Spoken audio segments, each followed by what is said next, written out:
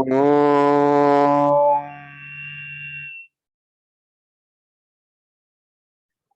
సహనావతు సహనౌ భునక్తు సహ వీర్యం కరవావహై తేజస్వినావదీతమస్తు మా విద్విషావహై. ఓం శాంతి శాంతి శాంతి. సర్వేభ్యో నమః. అందరికీ నమస్కారం అండి. మనము సమాస ప్రకరణం చెప్పుకుంటున్నాము. నిన్న సమాస ప్రకరణంలో దిన్నామాన్యంతరాలే దిశావాచి శబ్దాలు అంతరాలవాచి ఉపదిశల తోటి పరస్పరం వికల్పంగా సమాసం అవుతాయి. ఏ సమాసం అవుతాయని బహుళ సమాసం అవుతాయని చెప్పి చెప్పుకున్నాము. సో ఇప్పుడు ఇదే క్రమంలో నెక్స్ట్ చూడండి. తత్ర తేనేదమితి స్వరూపే. ఈరోజు సూత్రం మనం చెప్పుకోబోయే సూత్రము. అస్తు. సో నిన్న చెప్పిన పాఠంలో ఎవరికైనా సందేహాలు ఉన్నాయా?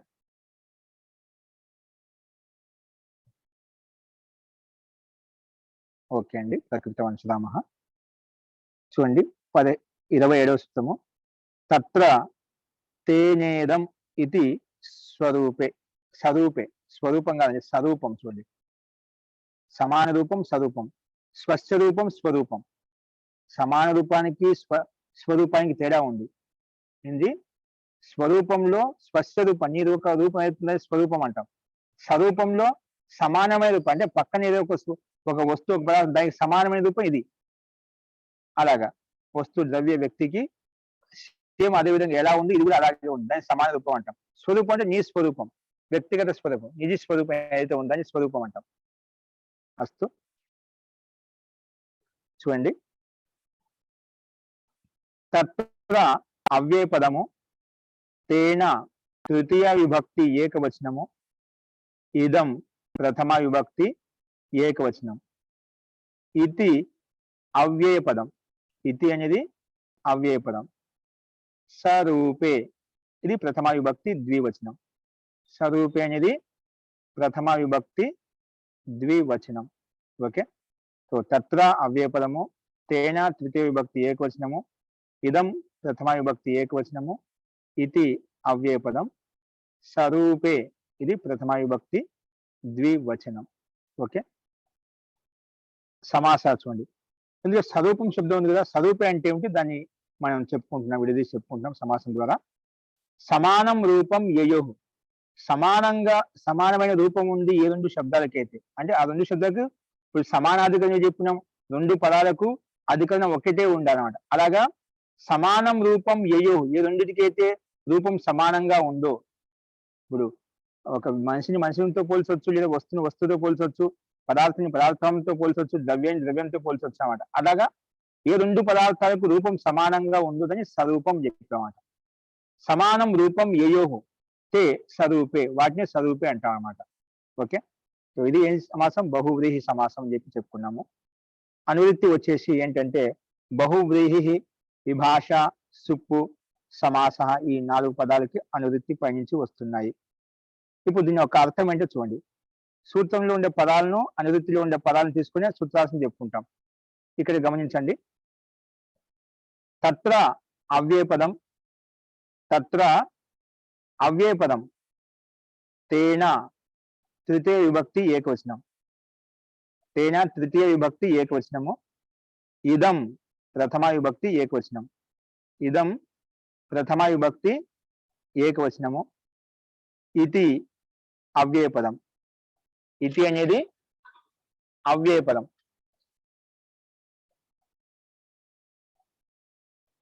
కానీ ఇక్కడ మనం సూత్రాలు చెప్పుకున్నాం. ఈ పదాలను ఒక్కొక్కటి చూసుకుంటూ మనం చెప్దాం. తత్ర ఇది అంటే సప్తమ్యంతే. తత్ర ఇది సప్తమి భక్తి అనమాట. తత్ర ఇది సప్తమ్యంతే స్వరూపే. సప్తమ్యంతే స్వరూపే పదే అంటే సమాన రూప పదంలో సప్తమ్యంతే స్వరూపే పదే, అటువంటి సప్తమ్యంతం ఆ రూపం సమానంగా ఉండాలి. సప్తమ్యంతే స్వరూపే పదే సూత్రం తేన శబ్దం ఉంది కదా అది. తేన ఇది తృతీయాంతేన, తేన ఇది తృతీయాంతేన అంటే తృతీయాంత స్వరూపంతో, తృతీయాంతే స్వరూపే పదే, ముందు సప్తమ్యంతం స్వరూప శబ్దం ఉండాలి, తర్వాత తృతీయాంతం స్వరూప శబ్దం ఉండాలన్నమాట.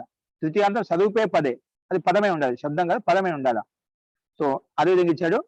తత్ర ఇది సప్తమ్యంతే స్వరూపే పదే, తేన ఇది తృతీయాంతే స్వరూపే పదే, ఇదం ఇది ఏతస్మిన్ అర్థే, ఇదం ఇది ఇలాంటి అర్థంలో, ఇదం ఇది ఏతస్మిన్ అర్థే విభాష వికల్పంగా సమాసం అవుతుంది. ఏ సమాసం అవుతుంది? బహువ్రీహిశ్చ సమాసో భవతి.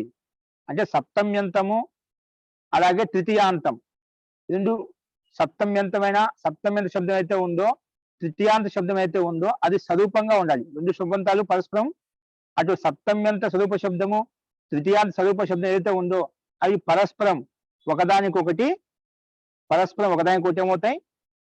సమాసం అవుతాయి. ఇదం ఇది ఏతస్మిన్ అర్థం, ఇదం అంటే ఈ అర్థంలో, అంటే ఇక్కడ ఏ అర్థం అయితే ఇవ్వబడిందో ఆ అర్థంలో ఇదం ఇది ఏతస్మిన్ అర్థే విభాష వికల్పంగా సమాసం అవుతాయి. ఏ సమాసం అవుతాయంటే బహువ్రీశ్చ సమాసో భవతి అని చెప్పి ఇక్కడ చెప్పబడిందండి. అస్తు. ఉదాహరణ ఏంటంటే కేశేషు కేశేషు గృహీత్వా ఇదం యుద్ధం ప్రవృత్తం.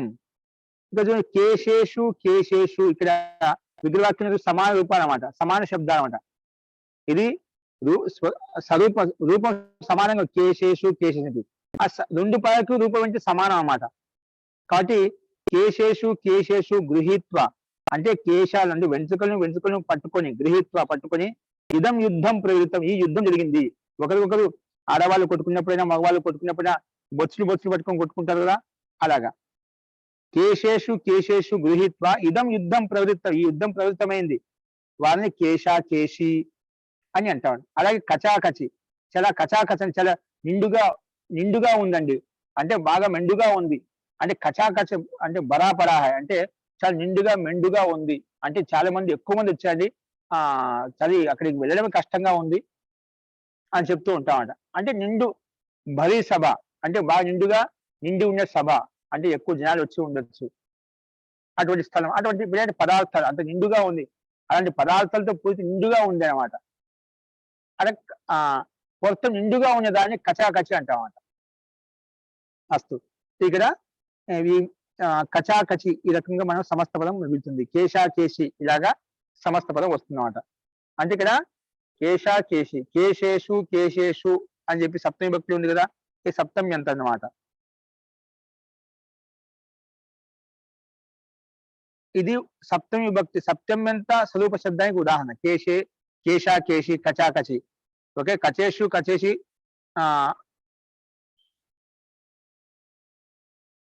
గృహీత్వ ఇదం యుద్ధం ప్రవృత్తం కచాకచి. ఓకే, సో ఈ రకంగా ఇది కూడా అలాగే తీసుకోవచ్చు విగ్రహవాక్యము. నెక్స్ట్ తృతీయ భక్తి సమాన రూపాలు ఏమున్నా అవి చూస్తున్నామట. దండైశ్చ, ఇది తృతీయ భక్తి బహువచనం అండి. దండైశ్చ ప్రహృత్య అంటే దండ అంటే కథలతోటి ప్రహృత్య ప్రహారం చేసి ఏది యుద్ధం చేస్తామో, అంటే ఒకటి ముష్టి ఉంటుంది, ముక్కలు అంటే చేతి యొక్క ముష్టితోటి మనం యుద్ధం చేయడం అన్నమాట. పరస్పరం ఒకరినొకరు కొట్టుకోవడం. ఒకటి కళలతో కొట్టుకోవడం అన్నమాట. అది కూడా చూస్తుంటాం మన లోకంలో ప్రసిద్ధంగా ప్రత్యక్షంగా చూస్తుంటాం. అందుకే దండైశ్చ కళలతోటి ప్రహృత్య అంటే ప్రహారం చేస్తూ ఈ యుద్ధం ప్రవృత్తమైంది, ఈ యుద్ధం ప్రారంభమైంది అని దాంట్లో లీనం కావడం అన్నమాట. దాన్నే దండి. అలాగే ముస్లి ముస్లేశ్చ ప్రహృత్య యుద్ధం ప్రవృత్తం ముస్లి అంటే అంటే రోకలి బడ ఉంటుంది కదా, ఇప్పట్లో అన్ని తగ్గిపోయాయి మిక్సీలు వచ్చిన తర్వాత. రోకలి బడ మన రోట్లో వేసి కొడుతూ ఉంటారా, పెద్దగా ఉండేటం అన్నమాట. ఇప్పట్లో ఇప్పుడు చిన్నగా వచ్చే రోకలి బడ ఏదైతే రోకలి బండ ఏదైతే అంటే వాటిని ముస్లి అంటామండి. ఓకే, సో ఇది వీటి యొక్క ఉదాహరణలు. ఇక సప్తమ్యంతానికి తృతీయాంతానికి ఇది దండి ఇది సమాన రూపాలు అన్నమాట. ముస్లి ఇది సమాన రూపం. ఓకే, కేశా కేశి రెండు పదాలకు సమాన రూపం అన్నమాట. కాబట్టి అలా సమాన రూపం ఉన్నప్పుడు పరస్పరం ఒకదాని కూడా సమాసం అవుతాయి. ఏ సమాసం అవుతాయి? బౌద్ధ సమాసం అవుతాయి వికల్పంగా అని చెప్పుకున్నాము. సో అదేవిధంగా కేశాసు కేశిస్సు అని చెప్తాము.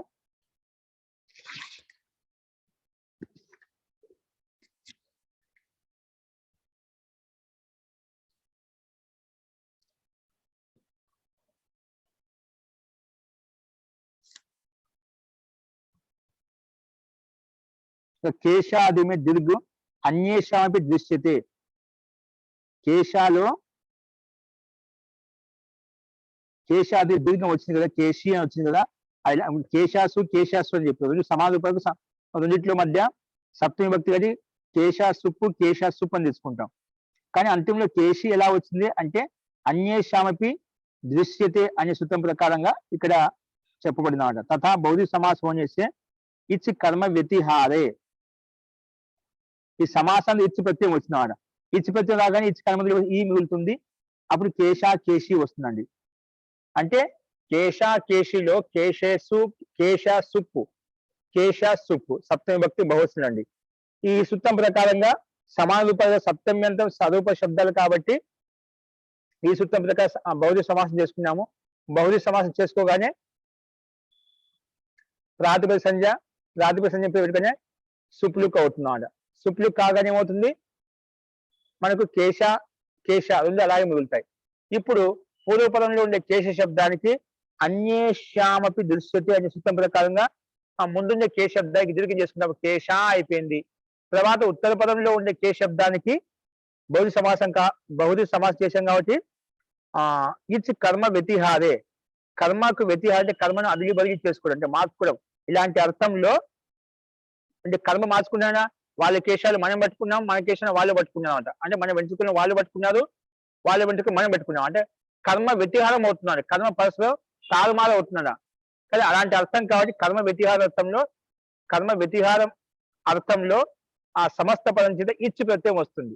సమాసానికి అంత్యం ఏమొస్తుంది, ఇచ్చి ప్రత్యయం వస్తుంది అన్నమాట. ఇచ్చి ప్రత్యయానికి అనుబంధం లోపం చేస్తే చకారం వెళ్ళిపోతుంది, ఓన్లీ ఈ మిగులుతుంది. ఆ ఈ కాలం పక్కన ఉంటే ముందున్నటువంటి ఆకారానికి యచిభం యస్యేదిత్య ప్రకారంగా ఆకారానికి లోపం చేసేస్తాము. లోపం చేయగానే హలంతం ఉంటుంది. లోపం ఎలా చేస్తాం, యస్యేదిత్య ప్రకారం లోపం అయిపోతుంది. ఆ కేశలో ఉండే షకారం ఉండే ఆకారం తీసివేస్తే ష హలంతం ఉంటుంది. హలంతానికి ఇచ్చి ప్రత్యయం యొక్క ఈ కలిపితే కేశి అయిపోతుంది అన్నమాట. ఓకేనా, ఇది ఈ రకంగా రూపం సిద్ధిస్తుంది. తర్వాత సమస్త పదం చేత సు తెచ్చుకుంటాము.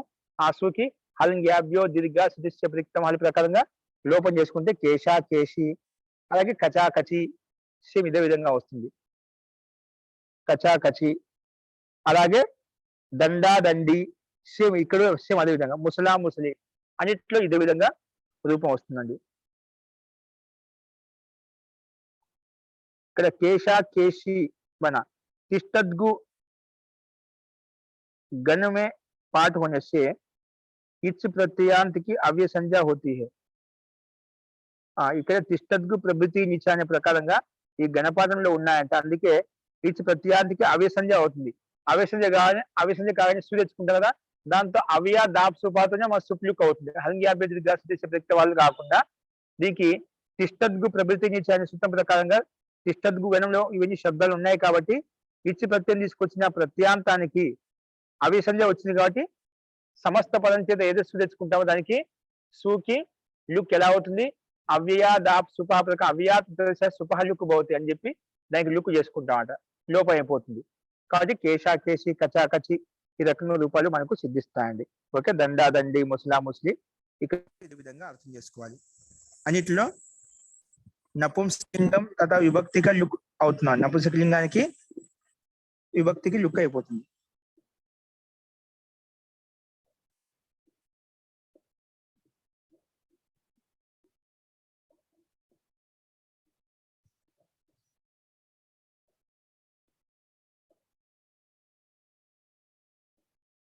అస్తు, ఇందులో యొక్క సందేహం ఉందా అండి? ఈ స్లైడ్ కనిపిస్తుందండి, స్లైడ్ పెట్టండి.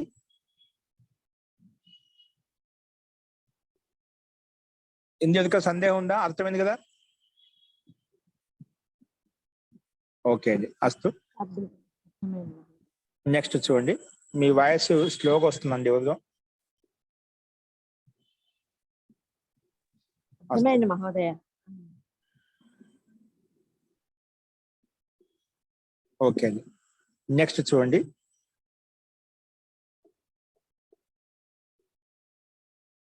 చార్తే ద్వంద్వ. ఇక్కడ మనకి రెండు సూత్రాలు అయిపోయాయి. సారీ, ఇంకో సూత్రం. తేన సహేతి తుల్య యోగే.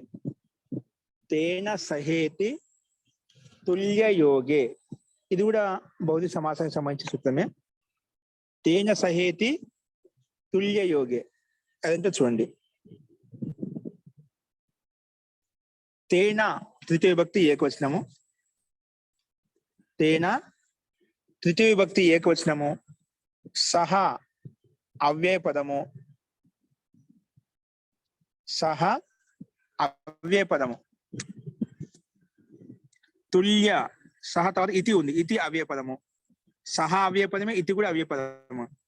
తర్వాత తుల్య యోగే, తుల్య యోగి అనేది ఇది సప్తమి విభక్తి ఏకవచనం అన్నమాట, సప్తమి విభక్తి ఏకవచనం అన్నమాట. ఈ రకంగా 3 శబ్దాలు 4 శబ్దాలకి ఇక్కడ మనం 10 విభాగం చేసామన్నమాట. తేన సహేతి తుల్య యోగే అనే సూత్రాన్ని 4 భాగాలుగా విభజించాము. తేన తృతీయ విభక్తి ఏకవచనము, సహ అవ్యయ పదము, ఇతి అవ్యయ పదము. సహాలో ఉండే హాలో ఉండే అకారం, ఇతిలో ఉండే ఇకారం, హా ఆ ఈకి మధ్య రెండు మధ్య ఏం చేసాము, గుణసంధి చేస్తే సహే అయిపోయిందండి, అలాగే సహేతి అయిపోయింది. తర్వాత తుల్య యోగే, తుల్య యోగి అంటే సప్తమి భక్తి ఏకవచనంలో ఉంది. తుల్య యోగ అనే పదం ఇక్కడ విడగొట్టు చెప్పుకుంటున్నాము సమాసం ద్వారా. తుల్యేన యోగ, తుల్య యోగ అంటే తుల్యం అంటే సమాన మన యోగం ఎక్కడైతే దాన్ని తుల్య యోగం అంటాం. తుల్యేన యోగ తుల్య యోగ అంటే సమాన యోగం అంట. తుల్యేన యోగ తుల్య యోగ తస్మిన్ తుల్య యోగే. ఓకే, సప్తమి భక్తి తీసుకొచ్చి మళ్ళీ చూపించామాట. విడిగిరి వాక్యం ఎలా వచ్చింది, తుల్యేన యోగ అని తృతీయ భక్తి విడగొట్టుకున్నాం కాబట్టి తృతీయ తత్వ సమాసం అనమాట. అనువృత్తి, అనువృత్తి వచ్చేసి ఏంటంటే బహువ్రీహి, విభాష, సుప్పు, సమాస, ఇవన్నీ అనువృత్తి వస్తున్నాయి. ఇప్పుడు దీని యొక్క అర్థం చూడండి. తుల్య యోగే వర్తమానం అంటే సమాన యోగం. తుల్య యోగే వర్తమానం, సహ ఇత్యేతద్ అవ్యయం, సహ అనే అవ్యపదం, సహ ఇత్యేతద్ అవ్యయం, తేన ఇతి తృతీయాంతేన సుబంతేన సహ విభాష సమస్యతే. అంటే తుల్య యోగంలో వర్తమైనటువంటి సహ అనే అవ్యయపదం ఏదైతే ఉందో ఆ సహ అనే అవ్యయపదము తేన ఇది తృతీయాంతేన తృతీయాంత సుబంతం అయితే ఉందో, అంటే తృతీయ భక్తి ఉండే శబ్దం సుబంతం అయితే ఉందో, తృతీయాంతేన సుబంతేన సహ తృతీయాంత సుబంతం తోటి, తృతీయాంత సుబంతం తోటి వికల్పంగా సమాసం అవుతుంది. ఏ సమాసం అవుతుందంటే తృతీయాంత ఏ సమాసం అంటే బహుళ సమాసం అవుతుంది అని చెప్పి ఈ సూత్రం చెప్పిందండి. సూత్రం త్వేన అనే తృతీయాంతము సహ అనే అవయవంతో సమాసం అవుతుంది. కానీ ఎప్పుడు తుల్య యోగే గమ్యం అనే తుల్య యోగంలో వర్తమానంగా ఉన్నప్పుడు అన్నమాట తుల్య యోగం. ఓకేనా, అదే తుల్య సమానం, సమానంగా ఉండాలి. అంటే ఆగమనాది క్రియాక సాత్ योग अर्थात संबंध को तुल्य योग అంటే సంబంధాన్ని तुल्य యోగం చెప్పారు. योग अर्थात संबंध को तुल्य योग कहते हैं. సంబంధం అయితే దాన్ని తుల్య యోగం అంటున్నామాట. ఉదాహరణలు ఇక్కడ మనం చెప్దాం, దాంతో స్పష్టం అవుతుంది. మొత్తానికి ఏం చెప్పుకున్నాము, సహ అనే అవ్యయ పదము తేన అనే తృతీయాంత విభక్తి తోటి సమాసం అవుతుంది. ఏ సమాసం అవుతుంది, వికల్పంగా సమాసం అవుతుంది. ఏ సమాసం అవుతుంది, బహువ్రీహిష్ట సమాసం అవుతుంది, బహువ్రీహి సమాసం అవుతుంది అని చెప్పి ఇక్కడ మనం చెప్పుకున్నామండి. ఓకేనా, అస్తు. तो तुल्य योगे वर्तमानं सह इति एतद् अव्ययं तेन इति तृतीयांतेन सुबन्तेन सह विभाषा समस्यन्ते बहुव्रीहिश्च समासो भवति అని చెప్పి చెప్పుకున్నాము. ఉదాహరణ వచ్చేసి సహ పుత్రేణ ఆగతః, సహ పుత్రేణ ఆగతః అంటే పుత్రునితోటి వచ్చాడు. సహ పుత్రేణ ఆగతః సపుత్రః, సపుత్రేణ ఆగతః సపుత్రః, సహ ఛాత్రేణ ఆగతః సచ్ఛాత్రః, సహ ఛాత్రేణ ఆగతః అంటే ఛాత్రులతోటి వచ్చాడు సచ్ఛాత్రః, స కర్మకరేణ ఆగతః స కర్మకారః.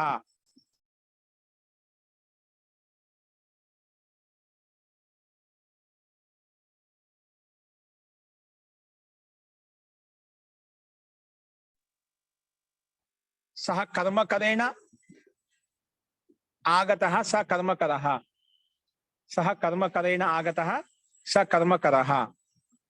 ఇవి ఉదాహరణ అండి. అంటే పుత్రునితో ఎవరైతే వచ్చిన సపుత్ర అంటాము, ఛాత్రులతో ఎవరైతే వచ్చిన సఛాత్ర అంటాము, కర్మకారులతో అంటే పని వాళ్ళతో ఎవరైతే వచ్చిన స కర్మకరః అని చెప్పి చెప్పుకుంటాం అనమాట.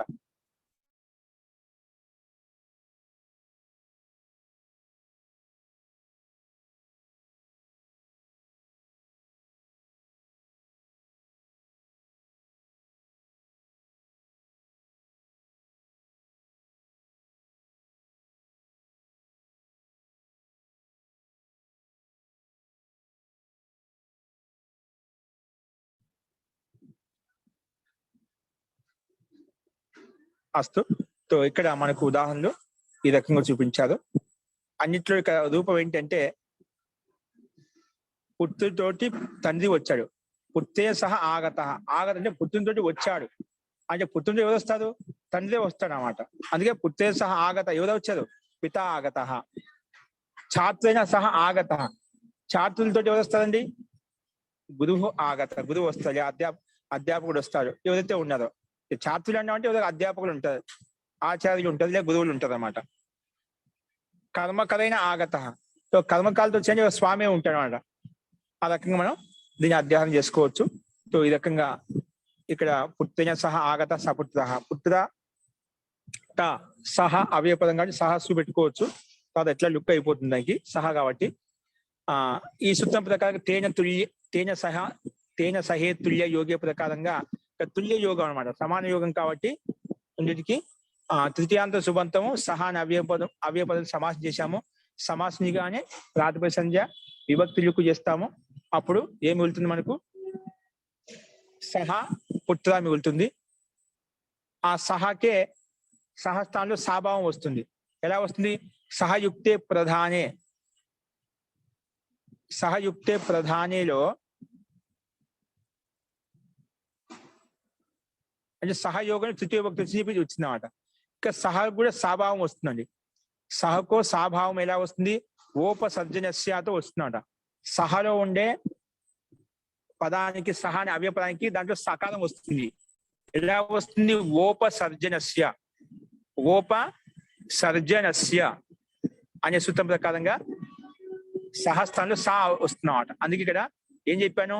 సహ ఛాత్ర మిగిలింది మనకు. ఇప్పుడు సహ పుత్ర మిగిలింది అన్నిట్లలో. తో విభక్తులకు చేసుకున్న తర్వాత ఇప్పుడు సహస్థానంలో ఓపసర్జనస్య అనే సూత్రం ప్రకారంగా సా చేసుకుంటే సా పుత్ర, సా ఛాత్ర, సా కర్మకర అలా ఉంటుంది. మరి సమస్త పదం చేతస్సు తెచ్చుకొని చేసుకుంటే సపుత్ర, సఛాత్ర, స కర్మకర అలా రూపం వస్తుంది. ఓకేనా? సఛాత్ర మాత్రము సఛాత్ర. ఛాత్రలు ఛా ఉన్నప్పుడు దానికి ముందే ఏమవుతుంది? స్తోష్ణాష్టు ప్రకారంగా ఇక సాభావం వచ్చిందా? సా పక్కన ఛాత్రగా చకారం ఉంది కాబట్టి దానికంటే ముందు హ్రస్వానికి తుక్కు వస్తుందండి. చకార చే ప్రకారంగా చే పక్కన ఉంటే స ఛాత్ర కదా, సహస్థానంలో సా వచ్చింది. స ఛాత్ర. చకారం పక్కన ఉంటే దానికి ముందు హ్రస్వానికి తుక్కు ఆగమంగా వస్తుంది. తుక్కు వచ్చినప్పుడు తుక్కు అనుబంధం లోపం చేస్తే తా మిగులుతుంది. కకారం వెళ్ళిపోతుంది, ఉకారం వెళ్ళిపోతుంది. ఓన్లీ హలంత తకారం ఉంటుంది. ఆ హలంత తకారం కాబట్టి ఇక్కడ స్తోష్ణాష్టు ప్రకారంగా తకార స్థానంలో తవర్గ స్థానం చవర్గం యొక్క అక్షరం వస్తుంది. తవర్గంలో మొదటి అక్షరం కాబట్టి చవర్గం యొక్క మొదటి అక్షరం చా వస్తుంది అన్నమాట. అందుకే సఛాత్ర అయిపోతుంది. సఛాత్ర ఋతు తెచ్చుకుని ఋతు విసర్గం చేసుకుని సఛాత్ర అలాగా ఇక్కడ రూపం సిద్ధి చూపించాలి. సో ముఖ్యంగా మనకి సహయుక్తే తృతీయ భక్తి ఎలా వచ్చింది? సహయుక్తే ప్రధాన ప్రకారం ఇక్కడ తృతీయ భక్తి వచ్చింది. అంటే పుత్రేనలో ఏదైతే తృతీయ భక్తి కనిపిస్తుందో ఇది ఏ తృతీయ విభక్తి అంటే సహయోగంలో తృతీయ భక్తి. సహా సార్ధం సాకం అవమానం నియమాలు ప్రారంభిక రచనావధి కుమార్ చెప్పుకున్నాడు. సహయోగంలో తృతీయ భక్తి వచ్చిందన్నమాట. అంటే వీళ్ళతోటి, రామునితోటి, కృష్ణునితోటి, గురువులతోటి అలాగా ఎవరితోటి చెప్తున్నాం వారిలో సహయోగం తృతీయ భక్తి పెట్టుకుంటాం. అందుకే ఇక్కడ సహయుక్తే ప్రధాన ప్రకారంగా పుత్రైనా, ఛాత్రైనా, కర్మకరైనా ఇక్కడ తృతీయ భక్తి సహయోగంలో తృతీయ భక్తి తీసుకోవాలి అని చెప్పబడింది. ఆ స్థుతి ఈ రకంగా మనం రూపసిద్ధి కూడా సింపుల్ గా ఉంది. తృతీయాంతం సుబంతం అనేది సహాన అవ్యంతో సమాసం అవుతుంది. వికల్పంగా ఏ సమాసం అవుతుంది? భౌతిక సమాసం అవుతుంది చెప్పాము. తుల్య యోగం ఉండాలి, సమాన యోగం ఉన్నప్పుడు అవుతుంది. ఇక్కడ వచ్చిన పుత్రికే సాత్ పిత యోగం అంటే సమానం అట. పుత్రుడు ఒకరు, తండ్రి ఇంకొకరు సమాన యోగం కాదు. తుల్య యోగం సమాన యోగం. తన కొడుకుని తాను తీసుకెళ్తున్నా కొన్ని యోగం సమానం. ఎవరో కొడుకుని ఎవరి వల్ల వెతుకెళ్తున్నా సమాన యోగం కాదనమాట. అలాగా पुत्र के साथ पिता आया है, यहाँ ఇక్కడ ఆగమన క్రియకి సాత్ పితా పుత్ర दोनों का సమానమైన సంబంధం అట. అంటే తండ్రికి కొడుకుకి సమాన సంబంధం ఉన్నమాట. కానీ అటువంటి సంబంధం ఉండవట. సంబంధం భిన్న భిన్నంగా ఉండకూడదు, సమాన సంబంధం ఉండాలట. అదే తుల్యయోగం. సమానమైన సంబంధం ఎక్కడైతే ఉంటుందో దాన్ని తుల్యయోగం అంటాం. తుల్యయోగం అని చెప్పుకుంటాం. ఇప్పుడు పితా పుత్రికి సమాన యోగం, సమాన సంబంధం ఉంది కాబట్టి ఇక్కడ మనం సమాసం చేశామన్నమాట. సో సహకే ద్వారా ద్యోతితం చెప్పబడింది అన్నమాట. కానీ తుల్యయోగం సహా శబ్దం వర్తమానంగా ఉంది కాబట్టి మనం ఇక్కడ సమాసం చేసుకున్నామండి. అస్తు, ఇందులో సందేహం ఉందా? మహోదయ విగ్రహ వాక్యం ఏంటి మహోదయ? సుపుత్ర వీటికి అదే పైన చెప్పాం కదా. ఏం చెప్పాము? సహ పుత్రేణ ఆగత అంటే పుత్రేణ సహ ఆగత. సహ కహ పితా ఆగత. ఇది విగ్రహవాక్యం. సహ పుత్రేణ ఆగత, సహ ఛాత్రేణ ఆగత, సహ కర్మకరేణ ఆగత. ఇలాగా పైన ఒక ఉదాహరణ చూపించాను, దాన్ని బట్టి మిగతావన్నీ కూడా సచ్ఛాత్ర సకర్మకర కూడా అర్థమేనండి. సహ పుత్రేణ విగ్రహవాక్యం, సహ పుత్రేణ ఇది విగ్రహవాక్యం. అందుకే సహ సు పుత్ర టా విభక్తి తెచ్చుకుంటాం. పుత్రేనే కదా టా విభక్తి తెచ్చుకుంటాం అట. ఇక్కడ ఈ మన సహ అనే అవ్యయపదం పుత్ర అనే శబ్దం సమాసం అవుతుంది. సుబంధం సమాసం అవుతుందన్నమాట. అప్పుడు విభక్తి సమాసం కాగానే ప్రాతిపదిక సంధ్య విభక్తి లుప్పు చేసుకుంటే సహ పుత్ర మిగులుతుంది. ఇప్పుడు సహాలో ఉండే హకారానికి మొత్తం సహాకి ఏమవుతుంది? ఓపసర్జనస్య వచ్చి సహా స్థానంలోనే సా పెట్టేస్తున్నాం అన్నమాట. అలాగే సా పుత్ర అయిపోయింది. ఇప్పుడు సమస్త పదం చేసి తెచ్చుకుని విసర్గం చేసుకుంటాం. సపుత్ర. అలాగే అన్నిటి చోట్ల అర్థం చేసుకోవాలి. నిర్మలా కదండి. అర్థమైంది. ఆచార్య పుత్రేణ సహా అన్నారు. పుత్రేణ సహా ఆగత కదా, అట్లా పెట్టుకోవచ్చు. పుత్రేణ సహా అంటే పుత్ర శబ్దం ముందుకు వస్తుంది, సహా పక్కన ఉంటుంది. ప్రథమా నిర్దిష్టం సహా ఉపసర్జనం ప్రకారంగా ఉపసర్జనం ముందు తెచ్చుకుంటాం. శబ్దం ముందుకు రావాలి కదా, ముందుకు రావాలి. సహా ముందుకు వస్తుంది, అప్పుడు సహా నుంచి సాకు. కాబట్టి ఇక్కడ మనం ఆ రకంగా విగ్రహవాక్యం చెప్పబడింది. ఓకేనా మహోదయ? ఇక్కడ విభాష కూడా ఉంది కదా. అదే ఒక పక్షంలో కానీ వికల్పంగా సమాసం అలాగే ఉంటుంది. పుత్రైన సహా పదాలు విడివిడిగానే ఉంటాయి. విభాష ఒక పక్షం సమాసం అయినప్పుడు సచ్ఛాత్ర సపుత్ర అంటున్నాం. సమాసం కాకపోతే సహా పుత్రైన పదాలు రెండు విడివిడిగానే ఉంటాయి. పుత్రైన పదం విడిగానే ఉంటుంది, సహ పదం విడిగానే ఉంటుంది. కల్పం అక్కడ. సమాసం చేస్తే రెండు పదాలు కలుస్తాయి. అవ్యయ పదము వేరే సుబంధంతో కలుపుకున్నామట. ఇక సమాసం కాదు కాబట్టి ఒక పక్షంలో సహా అలాగే వేదిగా ఉంటుంది, పుత్రైన శబ్దం అలాగే వేదిగానే ఉంటుంది, పుత్ర శబ్దం వేదిగానే ఉంటుంది. ఓకేనా? అది రెండో రూపం. విగ్రహవాక్యమే రెండో రూపం. సమస్త పదము సమాసం యొక్క రూపం. ఓకేనా మహోదయ?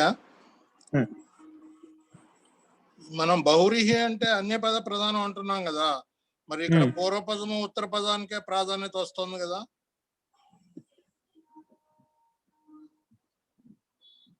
సహ పుత్రేణ.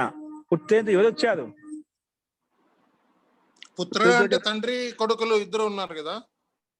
పుత్ర వచ్చింది మనకు.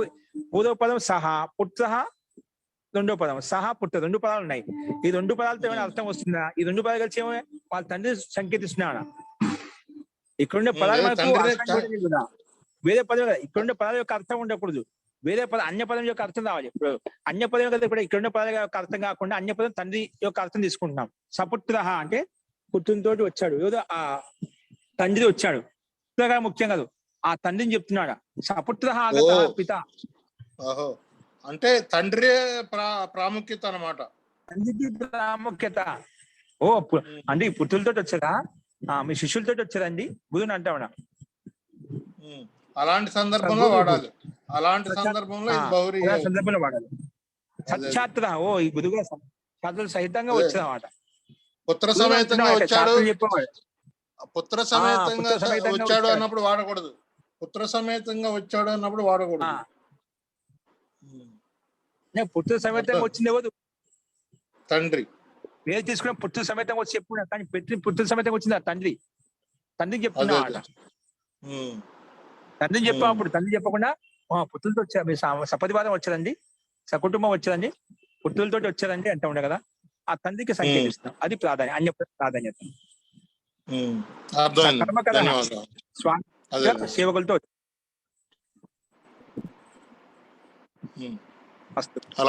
ఈ రకంగా మనం ఈ బహుళ సమాసాన్ని మనం చూసాము.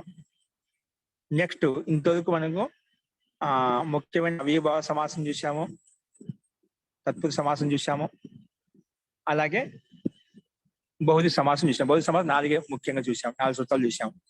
ఓకేనా? ఇప్పుడు ద్వంద్వ సమాసం ముఖ్యమైన 4వది ఏంటి? ద్వంద్వ సమాసం. మొత్తం 4 భాగాలు తీసుకున్నాము. అవిభావ సమాసము, తత్పురుష సమాసము, బహుళ సమాసము, నెక్స్ట్ అంతిమది ద్వంద్వ సమాసం. అవిభావ సమాసంలో పూర్వపద ప్రధానంగా ఉంటుంది. పూర్వపద ప్రధాన అవిభావ సమాస, ఉత్తరపద ప్రధాన తత్పురుష సమాస, అన్యపద ప్రధాన బహుళ సమాస. ఇప్పుడు ఉభయ పద ప్రధాన ద్వంద్వ సమాస. ద్వంద్వ సమాసంలో ఉభయ పదాలు, పూర్వపదానికి ప్రాధాన్యత ఉంటుంది, ఉత్తర పదానికి ప్రాధాన్యత ఉంటుంది. ఈ విధంగా మాతాపిత, గురువు, శిష్యు అలాగా. అంటే ఉభయ పదాలకి ఉభయ ప్రాధాన్యత ఉంటుందని ద్వంద్వ సమాసం అంటాము. ఇక్కడ చార్తే చకారం యొక్క అర్థంలో ద్వంద్వ సమాసం. చ అంటే అందరికీ ప్రాధాన్యత ఇస్తాము. రామ చ, లక్ష్మణ చ, భరత చ, శత్రుఘ్నశ్చ. చ అంటే రాముడు ఇంకా లక్ష్మణుడు ఇంకా అంటే కదా, చాని కలుపుకుంటాం. రాముడు ఇంకా లక్ష్మణుడు వీళ్ళందరికీ ప్రాధాన్యత. ఇది ఎవరికి ఒకరికి ప్రాధాన్యత ఇవ్వడం, అందరికీ ప్రాధాన్యత. ఎవరి యొక్క అస్తిత్వానికి వారికి ప్రాధాన్యత ఉంది. అలాగే ఏ పదార్థానికి దానికి ప్రాధాన్యత ఉంటుంది, ఏ వ్యక్తికి వారికి ప్రాధాన్యత ఉంటుంది అన్నమాట. కాబట్టి ఇక్కడ చకారార్థంలో ద్వంద్వ సమాసం అందుకే ఇచ్చారు. ఇక్కడ చార్తే ద్వంద్వ సమాసం అని చెప్పుకుంటున్నాను. ఉభయ పద ప్రధాన ద్వంద్వ సమాస. చూడండి పద విభాగం. చార్తే సప్తమి విభక్తి ఏకవచనము, ద్వంద్వ ప్రథమ విభక్తి ఏకవచనము. సమాసం ఏంటి? చార్తి విడగొట్టి చెప్పుకుంటాం. చస్య అర్థ చార్త. చకారం యొక్క అర్థాన్ని చార్థం అంటామంట. చస్య అర్థ చార్థ. చకారం యొక్క అర్థం అయితే ఉందని చార్థం అని చెప్పి చెప్పుకున్నాం. తస్మిన్ చార్త, దాన్ని చార్తే చకారం యొక్క అర్థే అని అంటామంట. సో చస్య అర్థ చార్త షష్ఠీ భక్తి విడగొట్టినా కాబట్టి అందుకే షష్ఠీ తత్పురుష సమాస అని చెప్పి చెప్పుకున్నాం. ఓకే, అది సప్తమి భక్తి తీసుకుని రావాలి కాబట్టి తస్మిన్ చార్తే అని చెప్పి అక్కడ విభక్తి పెట్టుకున్నాం. అస్తు. అనువృత్తి ఏంటి? విభాష, సుప్పు, సమాస ఈ 3 పదాలకి అనువృత్తి వస్తుంది. అనేక మన్య పదార్థే అనే పదానికి అనువృత్తి వస్తుంది. ఇక్కడ మండుక ప్లుతగత్యానువర్తతే అనేక మన్య పదార్థే ఇత్యతః. అంటే ఈ సూత్రం నుంచి స్టార్టింగ్ చెప్పుకున్నాం కదా, స్టార్టింగ్ ఇక్కడే బహుళ సమాసంలో. ఇత్యతః అనేకం అనే పదం ఓన్లీ ఈ సూత్రం నుంచి అనేక మన్య పదార్థం ఉందా, అనేకం అనే పదం. అనేకం మండుక ప్లుత గత్యానువర్తతే.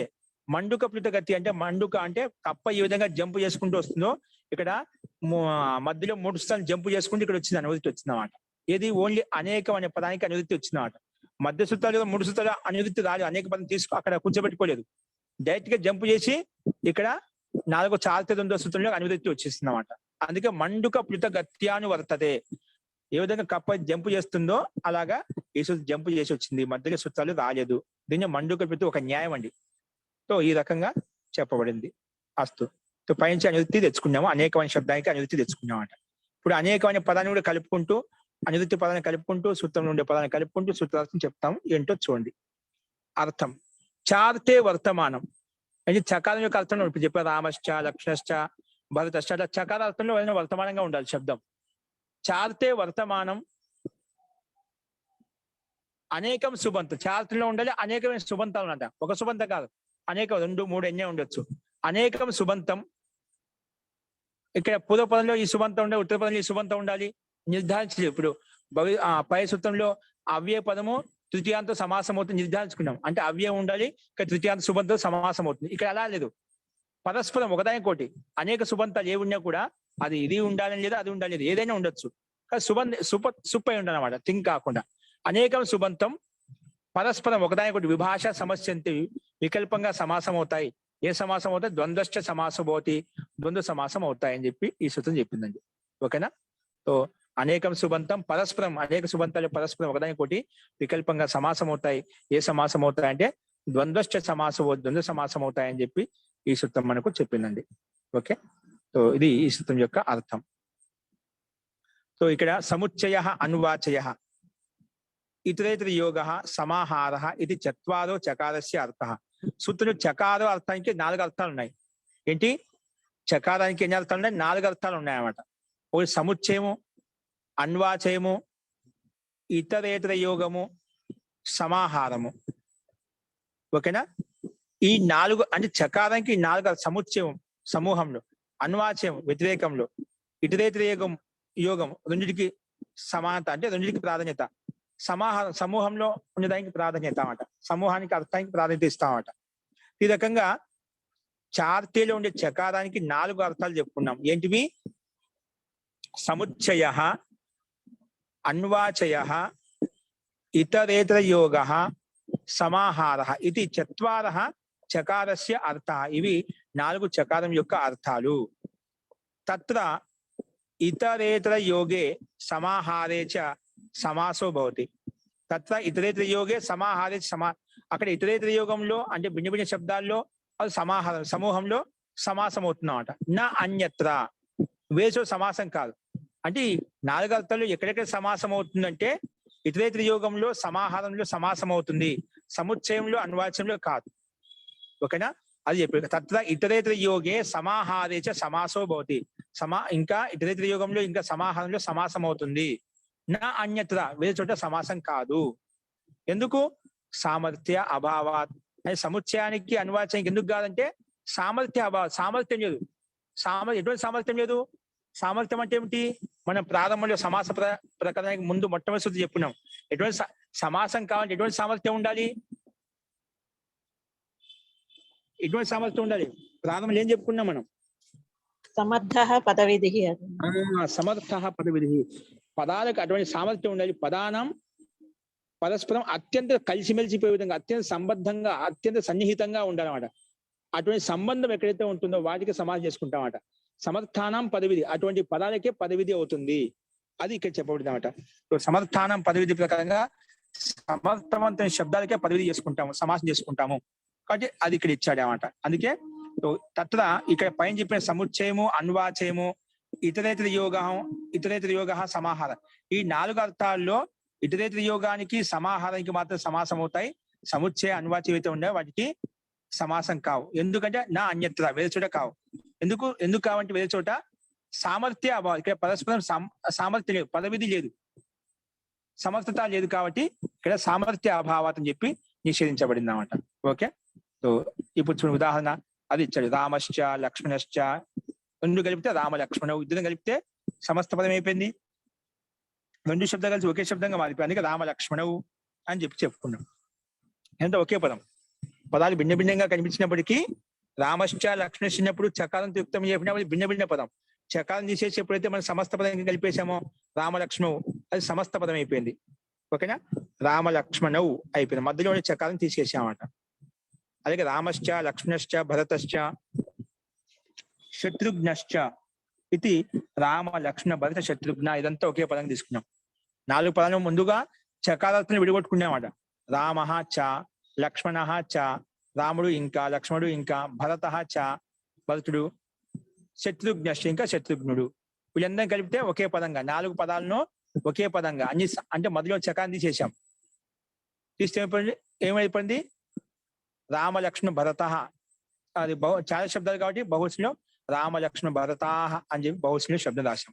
ఇదంతా 4 శబ్దాలు కలిసి, 4 విభక్తులు కలిసి, 4 లింగాలు కలిసి, 4 వచనాలు కలిసి అన్ని ఒకే విభక్తి, ఒకే లింగం, ఒకే వచనంగా మారిపోయాయి. ఏం చెప్పాము?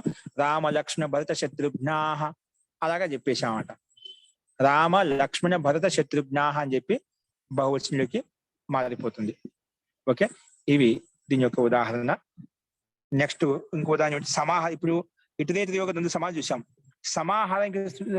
సమాహారానికి ఏ సమాసం అంటే పానీచ పాదౌచ పానిపాదం, ఈ సమూహంలో అర్థం అండి. పాని అనే చేతులు ఒక చోట ఉన్నాయి, పాదాలు ఒక చోట ఉన్నాయి కదా, ఒకే పిండంలో ఉండే సమూహం తీసుకుంటామట, అందుకే సమాహారము. పానీచ పాదౌచ పానిపాదం అంటే కాళ్ళు చేతులు అన్నమాట. పానీచ పాదం చ పానిపాదం, పాని ఔ పాద ఔ, ఈ సూత్రం ప్రకారంగా సమాసం అవుతుంది. సమాసం కాగానే విభక్తి యుక్కు పానిపాద ఉంటుంది. పానిపాద ఆ సమస్త పదం చేత మనము వస్తువు తెచ్చుకొని దాని స్థానం అమ్ము తెచ్చుకుంటే అమి ప్రకారం కలుపుకొని పానిపాదం అనే రూపము సిద్ధిస్తుంది అన్నమాట. పానిపాదం. ఓకేనా? పైన ఇతరేతర యోగ సమాసం సమస్త పదం చేత అక్కడ బహువచనం ఉందిగా జస్ట్ చేసుకుంటాం. జస్ట్ గా అస్ వస్తుంది. ప్రథమయో పూర్వ సవర్ణ ప్రకారంగా పూర్వ సవర్ణ ఏకాదం చేసుకుంటే శత్రుఘ్నాస్ అయిపోతుంది. ఆ సకారానికి ఋతు విసర్గ చేసుకుంటే శత్రుఘ్నాహ అనే రూపం సిద్ధించింది. అలాగే సమాహారంలో పాణిచ పాదౌచ పాణిపాదం ఈ సమస్త పదాన్ని చూసామండి. ఇది వీటి యొక్క రూప సిద్ధులు. ఇక్కడ చకార్కే 4 అర్థ ద్యోతిత్ హోతే హై. చకారానికి 4 అర్థాలు ఇక్కడ సంకేతించబడ్డాయి. ఏంటివి? సముచ్చయము, అన్వాచయము, ఇతరేతర యోగము, సమాహారము. ఇక్కడ ఇతరేతర యోగంలో సమాసం అవుతుంది, సముచ్చయం అన్వాచంలో కాదు. ఎందుకంటే సామర్థ్యం లేదు కాబట్టి అని చెప్పుకున్నాం. కానీ ద్వంద్వ సమాసంలో సారే పదంకి అర్థానికి ప్రాధాన్యత ఉంటుంది. ద్వంద్వ సమాసంలో ఉంటుంది పూర్వ పదానికి ఉత్తర పదానికి, అంటే అన్ని పదాలకు ప్రాధాన్యత ఉంటుంది, ఏదో ఒక పదానికి కాదు, అన్ని పదాలకు ప్రాధాన్యత ఉంటుంది అని చెప్పి ఇక్కడ మనం చెప్పుకున్నామండి. రామలక్ష్మణ భరత శత్రుఘ్నాహ, అలాగే సమాహారంలో పాణిపాదం. ఈ రకంగా మనం ఉదాహరణ చూసాము. రామాసు లక్ష్మణ విగ్రహవాక్యం పెట్టుకుంటాం. రామలక్ష్మణులు, రామాసు లక్ష్మణాసు. ఈ అవస్థలో మన ప్రకృతి సూత్రం ప్రకారంగా సమాసం చేసుకుంటాము. సమాసం చేయగానే విభక్తి యుక్కు అయిపోతుంది. అప్పుడు రామ లక్ష్మణ ఉంటుంది. రామ లక్ష్మణ ఆ సమస్త పంచత ద్వివచనం కాబట్టి అవి తెచ్చుకుంటే రిద్ధి రేచి ప్రకారంగా రామ లక్ష్మణవు అనే రూపము సిద్ధిస్తుందండి. అలాగే పాణిపాదంలో కూడా పాణిచ పాదం చ, పాణిసు పాదసు సమస్త పదం చేత ముందు ఈ సూత్రం ప్రకారం సమాసం చేయగానే విభక్తి లుక్కు పాణిపాద ఉంటుంది. మళ్ళీ సమస్త పదం తెచ్చుకొని సుస్థానంలో అతోం ప్రకారంగా పాదంశం నపుంసకలింగం కాబట్టి అతోం ప్రకారంగా అమ్ వస్తుంది. అమి పూర్వ ప్రకారం కలుపుకుంటేనే పాణిపాదం అనే రూపం కూడా సిద్ధిస్తుందండి. ఓకే, ఇక్కడ పాణిపాదంలో ఏకవద్భావం అయిపోయింది. పాణిపాదం అనేది ఒకే పదంగా ఏకవద్భావం ఒకే అర్థాన్ని జ్యోతిస్తున్నాం. రెండు కలిసి కూడా పాని చేతులు వేదు కాలు వేదు పాణిపదం ఒకే పిండలు చెప్పుకుంటామట. అందుకే సమాహారంలో తీసుకోబడినమాట. అందుకే ద్వంద్వశ్చ ప్రాణి తురియ సేనాంగానం అనే సూత్రం ప్రకారంగా పాణిపాదం అనే పదానికి ఒకే పిండ విశేషంలో కాబట్టి దీనికి ఏకవద్భావం అయిపోయింది. ఏకవద్భావం అవుతుంది, నపుంసకం ప్రకారంగా అది నపుంసకలింగం కూడా అవుతుంది అన్నమాట. ఓకే, ఇది ఇక్కడ ద్వంద్వశ్చ ప్రాణి తురియ సేనాంగానం అనే సూత్రం ప్రకారంగా ఏకవద్భావం చేసుకున్నాం. ఏకవద్భావం చేసుకున్నాం, పాణిపాదం అనే రూపం కూడా మనకు సిద్ధించింది. ఓకే, ఈ రకంగా చకారం యొక్క అర్థాన్ని మనం ఈ రకంగా చూసామండి. అస్తు, ఇందులో ఎదుక సందేహం ఉందా? సమాహార ద్వంద్వలో ఏకవచనం నపుంసకలింగం వస్తుంది కదండి. ఏంటండి? ఏకవచనంతో నపుంసకలింగం వస్తుంది కదండి సమాహార ద్వంద్వలో. నపుంసకలింగం ఏకవచనం ఉంటుంది. అది ఏకవచనం నపుంసకలింగం అది చెప్పే ఇక్కడ అందుకే ఏకవద్భావం అవుతుంది. ఏకవద్భావం అంటే ఒకే అర్థక వాచకం అవుతుంది అన్నమాట. ఏకార్థక ఏదానికైతే మనం ఏకవద్భావం అది ఏకవద్భావం అయిపోయిందో ఏకవద్భావం అంటే ఏకార్థక వాచకం అయిపోతున్నాం. ఒకే అర్థం యొక్క వాచకం అంటే నపుంసకం ఏకవచనంలో ఉంటున్నప్పుడు ప్రాయ దాదాపుగా. ఓకేనా? పాణీచ పాదోచ ఏతేషాం సమాహారః పాణిపాదం.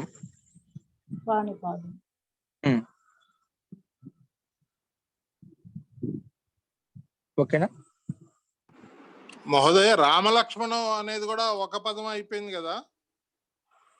ఒకే సమస్త పదం ఒకే పదం. రామలక్ష్మణం ఒకే పదం అండి, ద్వివచనం ఉంది. అది కూడా ఏకవత్ భావం అని చెప్పొచ్చా? ఓన్లీ పాణిపాదం మాత్రమే. అది సమాసం అయినప్పుడు ఒక పదంగా. ఇక్కడ ఏంది సమాసం ఏదైనా చేసాము? ద్వంద్వశ్చ ప్రాణి తురియ సేనాంగానం. ఒక్క సమాహార ద్వంద్వాల్లోనే ద్వంద్వశ్చ ప్రాణి తురియ సేనాంగ. ప్రాణివాచకం ఉండాలి, తురియ వాచకం ఉండాలి, సేనా వాచకం ఉండాలి, సేనాంగ ఇటువంటి అంగంతో యుక్తమైనటువంటి ఏవైతే ఉందో అక్కడ ఏకోద్భావం అవుతుందండి. ఏకోద్భావం ఎక్కడ అవుతుంది చెప్పండి. అర్థమైంది. అవి ఉన్నప్పుడు ఏకోద్భావం అవుతుంది. ఏకోద్భావం ద్వంద్వ సంవత్సరాలు అవుతుంది, అన్ని చోట్ల కదా.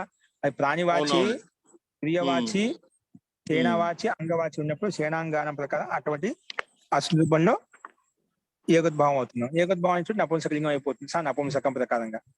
దానికి సంబంధించిన వేద ప్రయోజనాలు ఉంటాయి, అవి మనం చూస్తాం. అలాగే విరోధం వచ్చినప్పుడు కూడా సమాహార ద్వంద్వ వస్తుంది కదండి.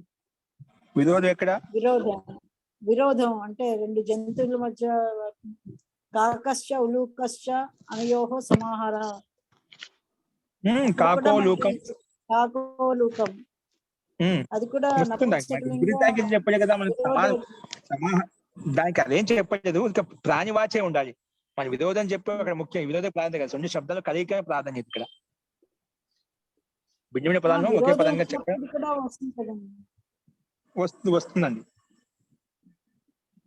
ఏకవచనం నపుంసకలింగం అదే సమాహార ద్వంద్వలోకే వస్తుంది. సమాహారంలోకి వస్తుంది. సమాహారంలోనే మన నపుంసకలింగం పట్టుకున్నాం అండి. ఎల్లప్పుడూ ఒకే విధంగా ఉంటుంది. ఇతరేత యోగం అయితే అక్కడ విభక్తి అర్థానుసారంగా సంఖ్యానుసారం తుల్యంగానం విరోధం ఈ మూడిట్లోనే సమాహార ద్వంద్వం వస్తుంది కదండి. జీ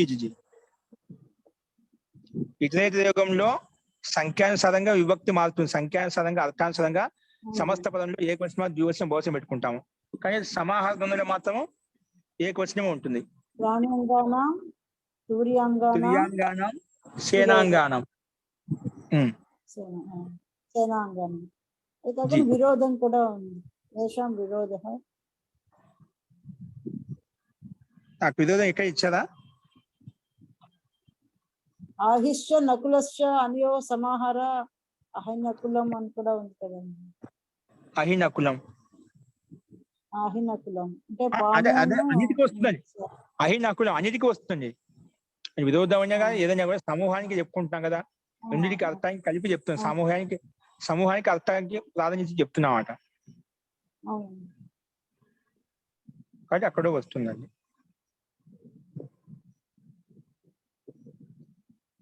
వస్తువా?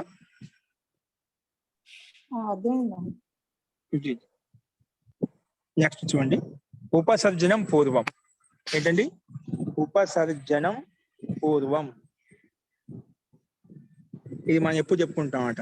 అంటే ఏ దానికైతే ఉపసర్జనం పేరు పెట్టబడిందో దానికి ఇష్టం ప్రకారంగా అది పూర్వంలోకి వస్తుందన్నమాట. అంటే ముందు ఉపసర్జనం పేరు పెట్టుకోవాలి. పేరు పెట్టిన తర్వాత ఎవరికైతే ఉపసర్జనం పేరు పెట్టామో ఆ ఉపసర్జనంతో యుక్తమైనటువంటి పదం ముందుకు వచ్చేస్తుంది అన్నమాట. ఉపసర్జనం పూర్వం ప్రకారంగా. ఆచార్య ఇది ఆల్రెడీ మనం ఉపయోగించాం కదా, ఇప్పుడేమో ఇస్తున్నారు కదండి. ఏంటండి ఉపసర్జన పూర్వం అనేది మనం ఆల్రెడీ సూత్రాల్లో ఉపయోగించాం కదండి. మళ్ళీ ఎందుకు వచ్చిందంట? ఇప్పుడు ఎందుకు ఇస్తున్నారు? ముందే చెప్పాలి కదా. అది రాలే, మనం చెప్పుకో, మనం దానికానికి వచ్చామండి. క్రమంగా వస్తున్నాం కదా, దాని స్థానం అది కూర్చుంది. మహర్షి పాయని చెప్పిన విధంగా కూర్చున్నామండి. దానికానికి మనం వచ్చామట. మనకు అవసరం తెచ్చుకుని ఉపయోగించుకున్నాం అంతే. ఇప్పుడు వాటికి మనం వచ్చాం, క్రమంగా వస్తున్నాం. ఓకేనా? దీని స్థాయి ఇది ఉంది, క్రమంగా మనం చెప్పుకుంటూ వస్తున్నాం అండి. ఓకేనా? సో ఉపసర్జనం పూర్వం, ఉపసర్జనం ప్రథమ విభక్తి ఏకవచనం, పూర్వం ప్రథమ విభక్తి ఏకవచనం. ఇప్పుడు అట్లా ముందుకెళ్ళే కొద్ది మనం అన్ని చూస్తున్నాం కదా, అన్ని వస్తే ఉంటాయి. అందుకే 3, 4 అధ్యాయం అండి. 6వ అధ్యాయం 7వ అధ్యాయం అయితే ఇంకా అసలు పూర్తిగా అన్ని వచ్చేసాయి అన్నమాట. 6, 7 అధ్యాయం అంటే మనకి అందుకే అవి సహజంగా ఒక్క రోజు అయిపోతాయి, ఎక్కువ తక్కువ సమయం అయిపోతాయి అన్నమాట అన్ని సూత్రాలను కూడా. ఎందుకంటే దాదాపు మన 5వ అధ్యాయం 4వ అధ్యాయంలోకి వచ్చేసరికి ఏమవుతుందంటే దాదాపుగా ఉపయోగించే సూత్రాలే ఉంటాయి అక్కడ. ఒక చదువుకుంటూ వెళ్ళిపోవడం అక్కడ. ఇప్పుడు దీని విశేషంగా తీసుకునేది ఏదైనా ఉపసర్జనం పేరు పెట్టి ముందుకు వచ్చేస్తుంది అంతే. దీని యొక్క సూత్రార్థం అది మైండ్ ఫిక్స్ అయిపోతుంది అన్నమాట. కాబట్టి క్రమంగా వచ్చింది కాబట్టి మనం ఆ పద్ధతి చెప్పుకుంటాం అంతే. అందుకే సూత్రార్థం చేసుకుంటూ పోతే ముందుకు వెళ్ళే కొద్ది అన్ని మనకు తెలిసినట్టు ఉంటాయి, వేరేగా ఉండవు. క్రమంగా వెళ్ళే కొద్దీ అన్ని ఒకదాని కొద్ది అర్థం అవుతుంటాయి. అందుకే పరస్పరం వీటికి మాట రిపీట్ అవుతుంటాయి. కాబట్టి ఈ వ్యాకరణం యొక్క విషయం ఏంటంటే ధైర్యంగా ఓపిక అలా నిలబడి ఉంటే ఖచ్చితంగా అందరికీ అర్థం, దాని సందేహమే లేదు. గ్రంథం ఈ 4 సూత్రం ఒకసారి పారాయణం చేసినా కూడా చాలు. ఏదో మనం చేస్తున్నా ఏదో భిన్న ప్రాణాలు చేస్తుంటాం కదా, అలాగా ఆ ప్రాణాలు ఇది పారాయణం అనుకొని చెప్పి మనం ఏదో కూర్చుంటే కూడా ఖచ్చితంగా, అంటే కొంచెం ప్రయత్నం, పారాయణం అని చెప్పి ఖాళీ కూర్చుంటే అట్లనే కాదు. మీ విధంగా ఇప్పుడు ఏ ప్రయత్నం చేస్తే అలాగా మన వంతు ప్రయత్నించాలి. రాకపోయినా దాని గురించి అవసరం లేదు. మీ వైపు నుంచి ఒకసారి ప్రయత్నం చేసిన తర్వాత అది రాకుండా ఇప్పుడు ఖచ్చితంగా దాంట్లో సందేహం లేదు, ఖచ్చితంగా వస్తుంది. కాబట్టి కొంచెం వెనక ముందు తక్కువ సమయంలో కొందరు త్వరగా గ్రహిస్తారు, కొందరు లేట్ గ్రహిస్తారు, అదే తేడా. కానీ రావడం అనివార్యంగా ప్రతి ఒక్కరికి వస్తుంది. 3వ అధ్యాయం అయిపోయిన తర్వాత మీకు ఇంకా చాలా సాటిస్ఫాక్షన్ అవుతుందండి. ఓ ఇది ఇట్లానా అని చెప్పి పూర్తిగా లకాల రూపాలు చూసినప్పుడు ఇంకా క్లారిటీ వచ్చేస్తుంది. అస్తు ఉపసర్జనం పూర్వం, ఉపసర్జనం ప్రథమ విభక్తి ఏకవచనము, పూర్వం ప్రథమ విభక్తి ఏకవచనం. అనువృత్తి సమాస, పైన ఓన్లీ సమాస అనే పదానికి మాత్రం అనువృత్తి వస్తుంది. ఉపసర్జన సంజ్ఞకం సమాసే పూర్వం ప్రయుక్త, సమాసంలో మాత్రం పూర్వం ప్రయోగించాలి. సమాసం కాకుండా వేరే సందర్భంలో ఈ సూత్రంతో పూర్వం ముందు పదాన్ని ఉపసర్జన సంధ్య ఉంది కదా ముందు తీసుకొచ్చి పెడతా అంటే కాదు. ఎక్కడైతే సమాస ప్రకారం నడుస్తుందో సమాసమో అక్కడ మాత్రమే ఉపసర్జన పెట్టిన శబ్దం ముందుకు వస్తుంది. ఓకేనా? సో తథాచ ఏవ ఉదాహరితం, అటువంటి విషయాలు మనకు దీనికి సంబంధించిన ఉదాహరణ చాలా సార్లు చూసామంట.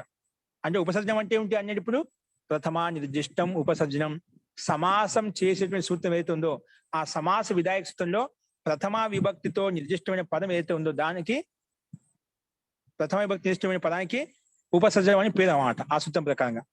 అటు ఉపసర్జనం పేరు పెట్టిన దానికే ఈ సూత్రం వచ్చేసి ఎవరికైతే ఉపసర్జనం పేరు పెట్టావో అదే ముందుకు వెళ్ళిపోతుంది. ఎక్కడ సమాసే పూర్వం ప్రయోగ, సమాసంలో మాత్రం పూర్వం ప్రయోగించుకోవాలి అని ఈ సూత్రం యొక్క అభిప్రాయం అండి. అస్తు यहाँ ऊपर से समासा जो प्रथमांत आ रहा था वह अर्थ के अनुसार विभक्ति विपरिणाम होकर सप्तमी में बदल जाता है. इकड़ेंटी समासः, समास ఎక్కడి నుంచి వచ్చింది సమాసः?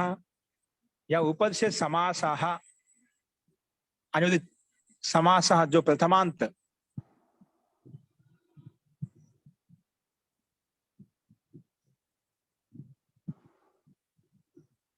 प्रथमांत आ रहा था, पहले समास अनुवृत्ति आ रहा था, वह अर्थ के अनुसार विभक्ति विपरिणाम होकर सप्तमी में बदल गया. सप्तमी में बदल गया అంటే సమాసంలో అంటే ఇక్కడ సమాసే ఏకవచనం ఉండేది కదా, ఇక్కడికి వచ్చేసరికి ఏమైపోయింది సమాసే ఉపసర్జనం సంజ్ఞకం, ఉపసర్జనం పేరు పెట్టిన సమాసం అవుతుందో అది సమాసే పూర్వం. ఇక్కడ సమాసం అని అంటే ప్రథమ విభక్తిలో ఉండేది, ఇక్కడికి వచ్చేసరికి విభక్తి విపరిణామం చేసామండి అర్థం కోసం, అర్థానుగుణంగా చెప్పడం కోసం, సమాసంలో అని చెప్పడం కోసం, సమాసంలో మాత్రమే పూర్వం ప్రయోక్తవ్యం అని చెప్పడం కోసం విభక్తి విపరిణామం చేశాము. సమాస అనే ప్రథమాంతం సమాసది సప్తమ్యంతంలోకి విభక్తి విపరిణామం పరివర్తన చేసి సప్తమి విభక్తి తీసుకున్నాము అని కింద చెప్పబడిందండి. ఓకే, ఈ సమాస ఎక్కడ వచ్చిందని సూత్రంలో లేదు కదా, మనం పైన అనువృత్తి ఇప్పుడు సమాసకు అనువృత్తి వచ్చింది కదా, అనువృత్తిలో సమాస పుల్లింగ పదం ఉంది కానీ అనువృత్తిలో సూత్రార్థంలో సమాసం ఎందుకు రాశావు అని ముందే స్పష్టత కోసం చెప్పబడింది. ఇక్కడ ఇది విభక్తి యొక్క విపరిణామం చేయబడింది. ఎందుకోసం? అర్థకే అర్థానుగుణంగా అర్థాన్ని చెప్పడం కోసం ఇక్కడ విభక్తిని మార్చుకొని రాశాము. సమాస అనేది సమాసే అని రాశాము. అంటే మామూలుగా అనువృత్తిలో ఉండే పదాలు, సూత్రంలో ఉండే పదాలు ఏవైతే ఉన్నాయో అవి ఎలా ఉన్నాయో వాటిని తీసుకుని అర్థం చెప్పాలి. మనం ఏం చేయనికి లేదు. ఎక్కడైనా చేంజ్ అయితే అక్కడ మనం విశేషంగా చెప్పుకుంటాం. అందుకే చెప్పాం విభక్తి విపరిణామం చేశాము. సమాస అనే పదాన్ని అనువృత్తి పదాన్ని సమాస అని చెప్పి సూత్రం రాశాము. అది విభక్తి యొక్క విపరిణామం చేసుకొని రాసుకున్నాము అని ఈ సూత్రం చెప్పింది. ఓకే, నెక్స్ట్ చూడండి, రాజదంతాదిషు పదం. ఇక్కడ ఉపసర్జనకి అనువృత్తి వస్తుంది, పూర్వం కూడా అనువృత్తి వస్తుంది. ఉపసర్జనకి పైనుంచి అనువృత్తి, పూర్వం కూడా అనువృత్తి. రాజదంతాదిషు పదం. రాజదంతాదిషు సప్తమి విభక్తి బహువచనం, పదం ప్రథమ విభక్తి ఏకవచనం. రాజదంతాదిషు అంటే ఏమిటి? రాజంత ఆదివి ఏషాంతే రాజదంతాదయ అంటే రాజదంత ఆదిరి ఏష అంటే రాజశబ్దము అంటే రాజదంతాది గణం ఉందండి. ఇది రాజదంతాది గణంలో ఆదిహి అంటే రాజదంత శబ్దము ఆదిలో ఉంది. ఏషాం శబ్దానం, ఏ శబ్దాలకు ఎత్తే ఆ శబ్దాన్ని రాజదంతాదయ అంటాం. అంటే గణపాఠంలో రాజదంత శబ్దం ఉందంటే ఆదిలో, ఆ రాజదంత శబ్దం ఎక్కడైతే ఉందో ఆ శబ్దానికి ముందు ఏవే శబ్దాలు ఉన్నాయో అంటే ఏ శబ్దాలకైతే ముందు రాజదంత శబ్దం ఉందో ఆ మొత్తం శబ్దాలకు అన్నిటినీ రాజదంతాది గణం అని చెప్పాం. ఓకే, రాజదంతాదిషు పదం అంటే రాజదంతాది గణంలో ఏవైతే శబ్దాలు అయితే ఉన్నాయో అవి పరంగా వస్తాయి. అంటే మామూలుగా ఉపసర్జనం పూర్వం అంటే ఏ దానికైతే ఉపసర్జనం పేరు పెట్టావో అవి వస్తాయి ఖచ్చితంగా పూర్వంలోకి రావాలి. ఈ సూత్రం ప్రకారంగా అయితే ప్రథమ విభక్తి ఇష్టమైందో ఉపసర్జనం పేరు పెట్టామో ఉపసర్జనం పేరు పెడితే చాలు, అది వెంటనే ఖచ్చితంగా పూర్వం తీసుకొస్తుంది. కానీ ఇడికి వచ్చి సూత్రం ఏం చెప్పింది? లేదండి, రాజదంతాది గణంలో ఉన్నాయి కదా పదాలు, ఆ రాజదంతాది గణంలో ఉన్న శబ్దాల్లోంచి ఏ శబ్దం వచ్చినా అది పరంగానే ఉంటుంది, పూర్వం లేదు. అంటే దానికి ఉపసర్జన సంజ్ఞ వచ్చినప్పటికీ కూడా ఉపసర్జనం పూర్వం అనే సూత్రం ప్రకారంగా పూర్వంలోకి పోకుండా అది పరం పక్కనే ఉంటుంది. అది ఉపసర్జన కాదా అని చెప్పి ఉపసర్జనం పూర్వం ప్రకారం ముందు తీసుకెళ్తానే కాదు. ఎక్కడ? ఓన్లీ రాజదంతాది గణంలో ఉండే శబ్దాలకు మాత్రమే ఒక నియమం పెట్టింది, ఒక వ్యవస్థ కల్పించింది.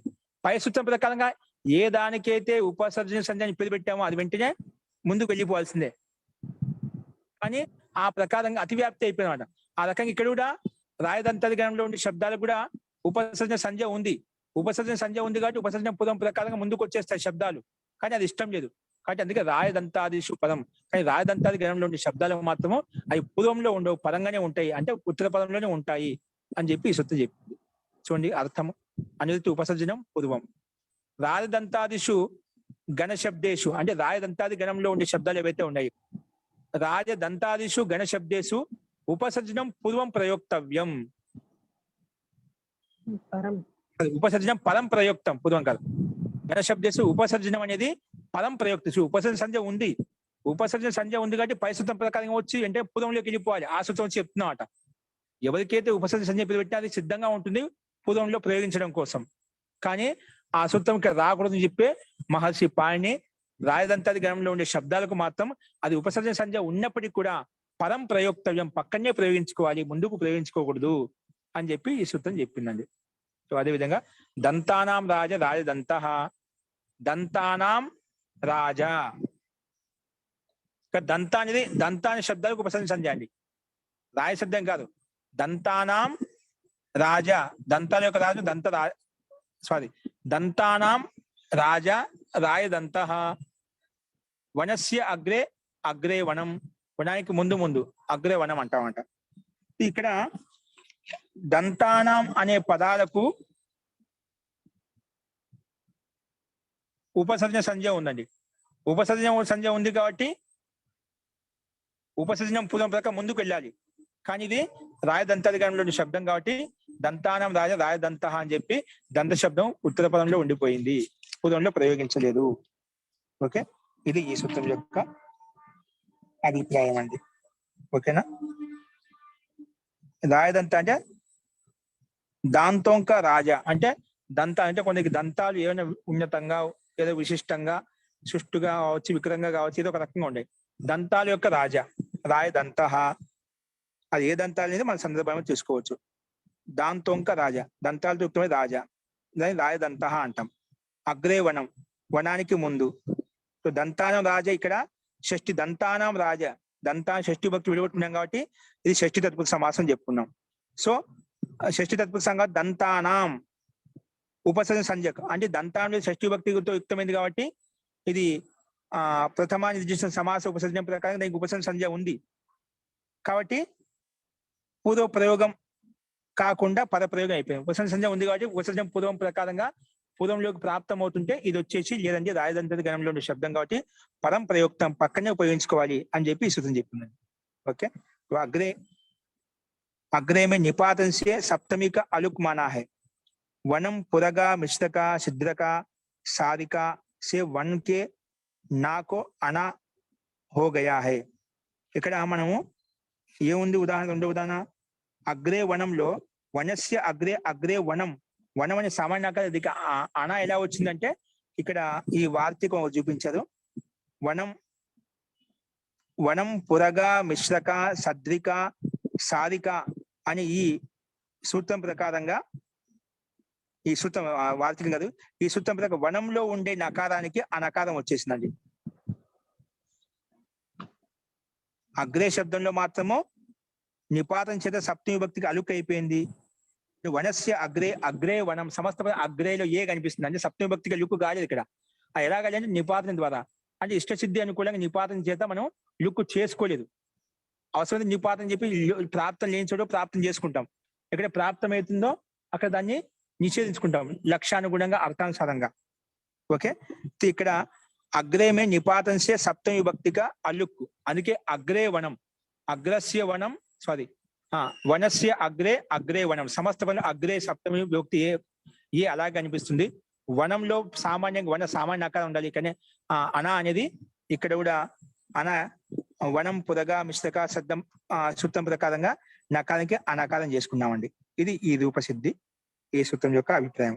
కానీ రాయదంతాది గణంలో ఉండే ఏవైతే ఉన్నాయో అవన్నీ పరంగానే ఉంటాయి, పూర్వంగా ఉండవు. పూర్వంగా ప్రాప్తం అవుతుంటే పై సూత్రం ప్రకారంగా ఈ సూత్రం పరంగానే పెట్టుకో అని చెప్పి సిద్ధాంతం చెప్పిందామంట. ఓకే, ఇది ఈ సూత్రం యొక్క అభిప్రాయం అండి. ఈ రకంగా ఈ సూత్రాన్ని మనం చూసాము. నెక్స్ట్ ఇంకా ఇది ద్వంద్వ సమాసంలో ఇంకా ఏ ఏ పదాలు పూర్వంలో ప్రయోగించాలి, ఎటువంటి పదాలను పదంగా ఉపయోగించుకోవాలి అనేది మన వ్యవస్థ అనేది ఉన్నాయి. అవేంటో మనం రేపు చూద్దామండి. మంచి పాట.